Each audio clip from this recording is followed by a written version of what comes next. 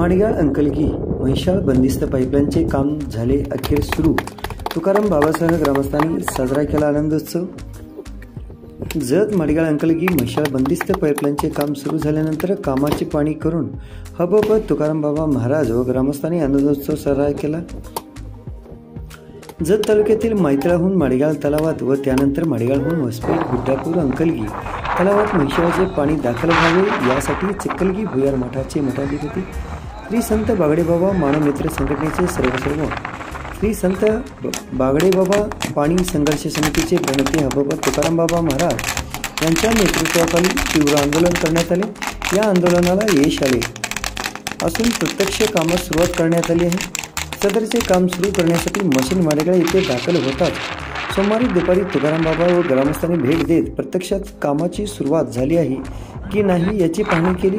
काम सुरू झाल्याचे पाहताच कामाच्या ठिकाणी आलेल्या मशीनचे पूजन करून फटाके फोडून आनंदोत्सव साजरा करण्यात आला।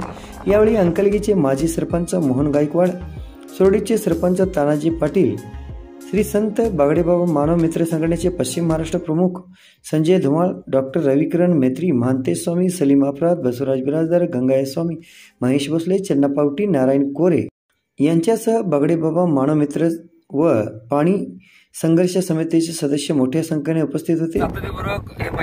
पाणी जे जत तालुक्यामध्ये आलेलं आहे, चौसर गावाला जे पाणी वंचित होतं त्याच अनुषंगाने मैताळपासून वसपेट तलाव गुड्डापूर तलाव एक माझी पहिली मागणी होती। तुम्ही जर करत नसाल तर लोकसभागातून करायला द्या।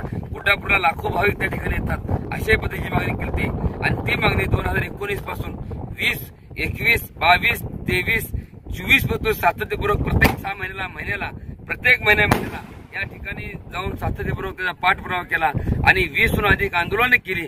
आज त्या आंदोलनाला संघ या ठिकाणी रक्त घ्या पण पाणी द्या अशा पद्धतीच्या भूमिका ठेवली। त्याने आज ठोस निर्णय जर होत नाही तोपर्यंत आम्ही जागा सोडणार नाही ही भूमिका घेतली। त्याच वेळेस प्रशासकाच्या माध्यमातून या ठिकाणी आज आनंद उत्सव साजरा करण्यात येतो की आज मोठ्या बोकलाने या ठिकाणी आलेला आहे, सर्वे झालाय आणि आजपासून कामाची सुरुवात केली। अशा पद्धतीचं पत्र देखील आज आम्हाला त्यांनी प्राप्त केलेलं आहे।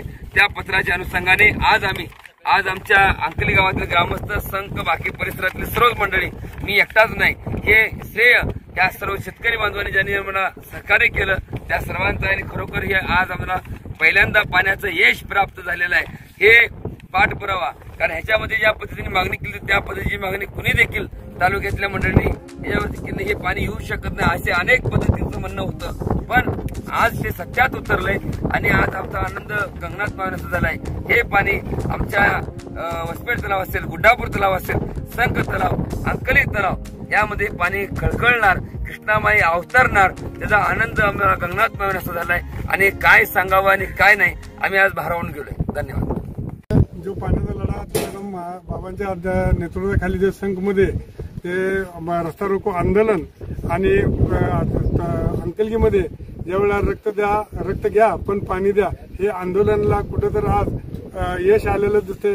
बागडेबाबांच्या आशीर्वादाने आणि तुकाराम बाबांच्या नेतृत्वाखाली जे आंदोलन अंकलगीमध्ये झालं होतं त्या आंदोलनाची दखल घेऊन तुकाराम बाबांच्या नेतृत्वाखाली आज पाण्याचा जो टँकर हे उभारलेत आणि त्यांनी लेखी आश्वासन दिल्यामुळे आजचं आंदोलन कॅन्सल झालं आणि आम्हाला खरं काही खोटं पाणी फोकलिंग आले किंवा न आले हे बघण्यासाठी आम्ही इथं या फॉरेस्टमध्ये आम्ही थांबलोय आणि सध्या आम्ही त्या फोकलिंगच्या जवळपासच आहे आणि हे काम चालू झालंय असं आम्ही म्हणायला हरकत नाही आणि याचं पूर्ण जत तालुका माजी सैनिक संघटना या नात्यानं आम्ही बागडे बाबांचे परमपूज्य शिष्य हे तुकाराम बाबा यांचं आम्ही अभिनंदन करतो आणि इथं थांबतो। जय हिंद, जय भारत। जे कामकाज चालू आहे बाबांच्या तुकाराम बाबांच्या पुण्यानं या गावाला अंकलगी गावापासून गुड्डापूर, वसपेट,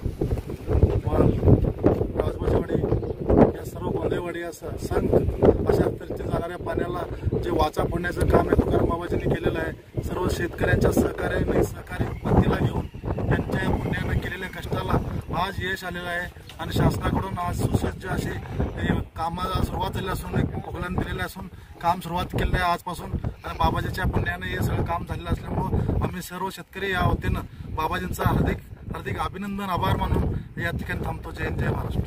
बातमी आणि जाहिरातीसाठी आमच्या चॅनलला लाईक आणि सबस्क्राईब करा. धन्यवाद.